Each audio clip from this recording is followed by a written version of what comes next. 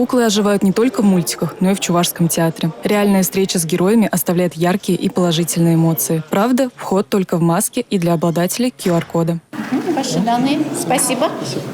В течение этой недели театр кукол примет на своей сцене 19 коллективов из 13 регионов России: Владимирской и Волгоградской области, Ставропольского края, Мордовии, Татарстана. В онлайн-формате пройдет выступление артистов из Казахстана и Франции. Лейла Хадзиева приехала с коллективом из Ингушетии представить не только спектакль, но и народную выставку. Мы привезли свою национальную сказку на ингушском языке, называется «На седой древности».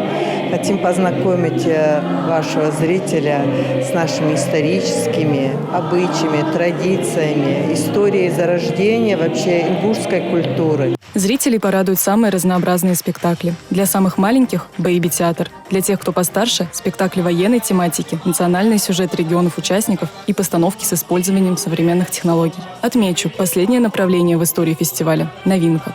Если говорить об особенном фестивале, это пока в России первый фестиваль, где проходят такие мероприятия, то есть где форум, где именно вот дети с особенностями выступают на сцене. В этом году мероприятие посвящено 80-летию строительства Сурского и Казанского оборонительных рубежей в Чувашской республике. Олег Николаев не только поздравил участников с открытием, но и отметил важность фестиваля.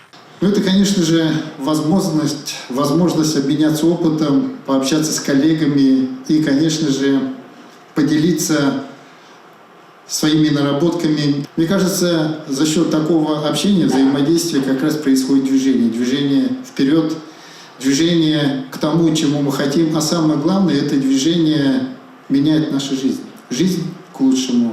Убедиться в увлекательности постановок и познакомиться с культурой других регионов может любой желающий. Фестиваль помогает поверить в то, что у кукол действительно есть душа. Анна Центовская, Бахтияр Велиев, Республика.